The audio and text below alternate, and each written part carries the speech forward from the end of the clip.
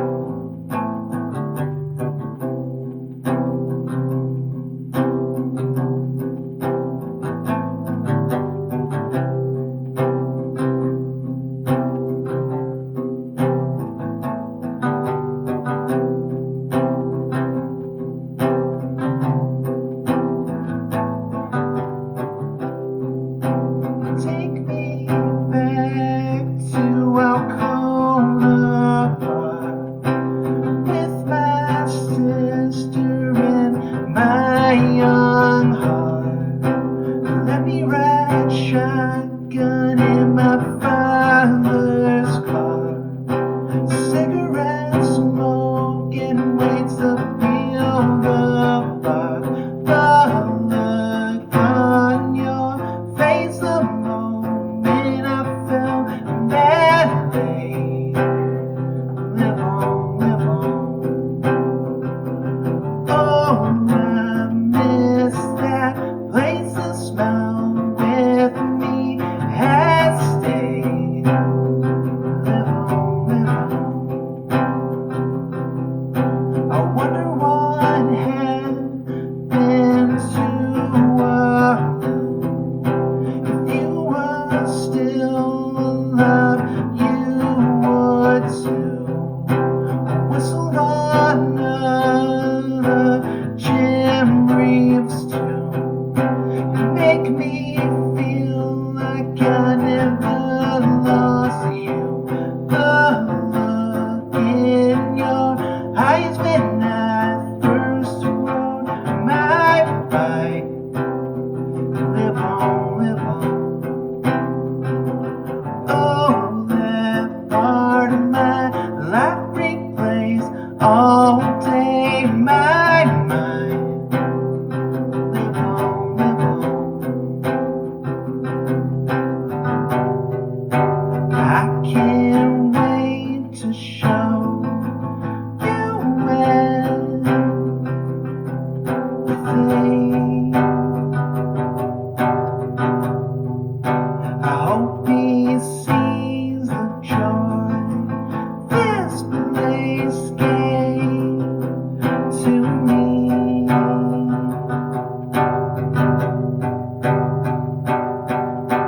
Can I please take another walk down the trail to find a tree that's tall? Look up to see how we're all so small. In this world, it's no surprise at all. The look on your face the moment you step in that lake. Live on, live on. Oh, time will try to fade my memories. Me stay. Live on, live on.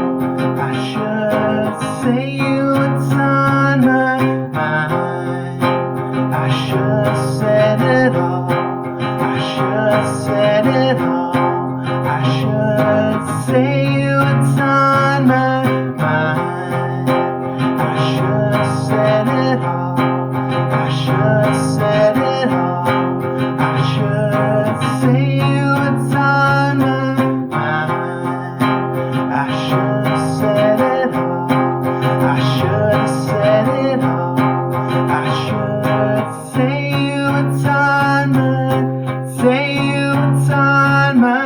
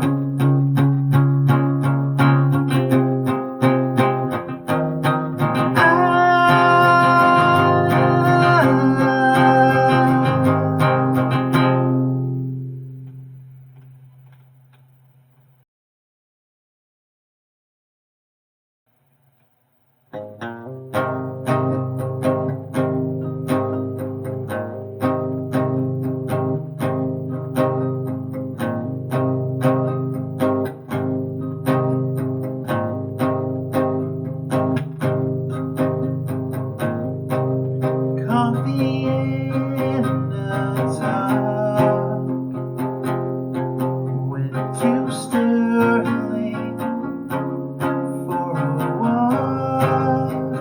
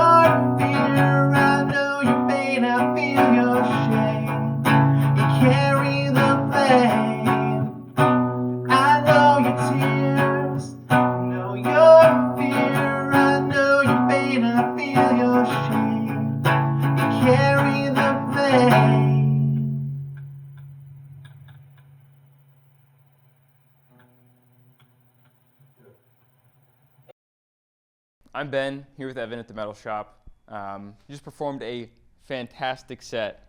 So they say. So they say. It's been said before. The critics are saying it. How did you kind of get into music? Where did you kind of realize I'm going to write and perform music? I would say early on, my dad, he's a singer-songwriter up in Monroe, Michigan, and he raised me on a lot of different styles of music. Primarily, the first band I ever got into was Kiss, and he took me and saw them in '99, I think, for their first of many farewell tours. And when I saw that, I was like, man, that definitely I want to do something like that one day, and got me into playing drums, and that's how I started. But I didn't start writing my own stuff probably till my mid 20s. And that was mainly just out of necessity, not really having a lot of people that wanted to write the kind of stuff that I'm doing now. So it just made the most sense to just kind of learn guitar and figure it out from there. Yeah. What was the first kind of project you had? Oh man. So I was one of those alt Christian kids when I was younger. I mean, weren't we all? And I played in some like Christian rock, metal, core, I don't know, kind of band. We would just play in the sanctuary of our church to 10 youth group kids and thought we were the coolest thing ever. So, but yeah, and then from there I played in a lot of just early punk, pop punk kind of stuff, just Blink-182, worship type stuff. Yeah, and then the list is pretty long from there. Nice. So I know that you are a teacher at a local school. Mm-hmm. There's kind of this trend in music that I've noticed where, especially in kind of the punk hardcore scene, a lot of people that are kind of trailblazers in that scene, they're also teachers. I think that's really interesting that kind of these people who follow their creative passions end up in that position. Why do you think that is? Wow, that's a good question. I do think that, for me personally, I look at teaching as kind of almost like a performance, like an art form. So when I'm creating a lesson, I'm putting, me into the lesson essentially and how I would approach it. Especially I teach math, so it's a really hard subject to try to figure out okay, I know the content, but how do I explain this to an 11-year-old? So kind of practicing that is no different than practicing for a show or writing an album. And I don't know, I just think that the sense of community that I've learned from being in the punk and hardcore scene for the last 10 plus years definitely has given me a good perspective with going to the classroom with students that come from so many different backgrounds, and just trying to level with them in a way that all of them can really understand. And I learned that through playing music and meeting a lot of people. So I would assume that's what any other teacher in music would tell you, but I don't know. Hey, you're just you. Yeah. I For sure. Congratulations. Yeah, I'm just me, I'm just doing me out here, I guess. I know that you are kind of a fanatic about early media, or not really early media, but media from when you were growing up and kind of what you remember. Does nostalgia play a big part of your life, or do you kind of find solace in collecting that sort of stuff? Yeah, so the big thing for me is definitely I feel like I'm always trying to chase after that high that I felt when I was a kid, and I didn't realize I was experiencing it back then, just things that I took for granted. I don't know, just eating dinner and my Hercules plates, and I still have them now, and I don't know, it's, yeah, you know what I'm talking about. Yeah, absolutely. And so I don't know, and then my buddy Vernon up in Detroit, I went over to his house, and he was really collecting VHSs specifically, and I was like, man, this is really sweet. I kind of miss this. Then I went home because I live in the same house I've been in since I was probably in kindergarten. I just bought it for my parents, and my mom just kept all my stuff from when I was a kid. So finding all my old Disney movies, my Game Boy, all that stuff, and it just kind of made me nosedive into just all that nostalgia stuff. And it's really cool now because like I have a 4-year-old stepson that like I'm showing him all this cool stuff, and like we spent all morning today playing Yoshi's Island on Super Nintendo, and he we kept getting stuck at the same spot that I would get stuck at when I was a kid, and I know that frustration. So it's just really cool. It's like a full circle thing. So I think that's what I sum it up to, is it's all about full circle moments for me. Yeah, for sure. I definitely resonate with that feeling of chasing nostalgia, because it's like, oh, this was such a great moment and I didn't realize it. Is there any time within the last 5 years that really stands out to you as something that's like, I'm going to remember this forever? Oh, man, that's a good question. I mean, in a negative way, definitely COVID. But I think through that, though, I think that like the one thing that was really huge to me is like when live music came back in like 2021, like seeing so many shows that were selling out, and like people being excited about music and live music, and people buying up records. And you know, I know I wasn't the only person that got into physical media, like from getting into like VHS collecting specifically. Like there's just been a huge community in that way. So I feel like right now I think we're almost seeing like just like a resurgence of people wanting to like own their content and their media, and there's a huge community for it. And I just think like this moment in time is just something that is going to be really special, that I'm going to remember probably for the rest of my life. You know, even with some of the darker things going on right now in this world, it's definitely a beacon of light, if you will. Yeah, for sure. Yeah. That's awesome. Yeah. Anything you want to say before we leave? Anything you want to shout out? Any projects you're working on, or? Yeah, I just released a new single called Honey. That was the first song I played in this session. And that is on a cassette re-release of my LP from last year, Ruby Music. So all that was released through my friends, Head to Wall Records out of Columbus, Ohio, and Setterwind Records out of Lansing, Michigan. And I got some shows coming up later this year. And so just expect to see more of that. And hopefully I'll be working on some new music in the near future. Awesome. Thank you. Yeah, thanks. Wow. Well, congratulations.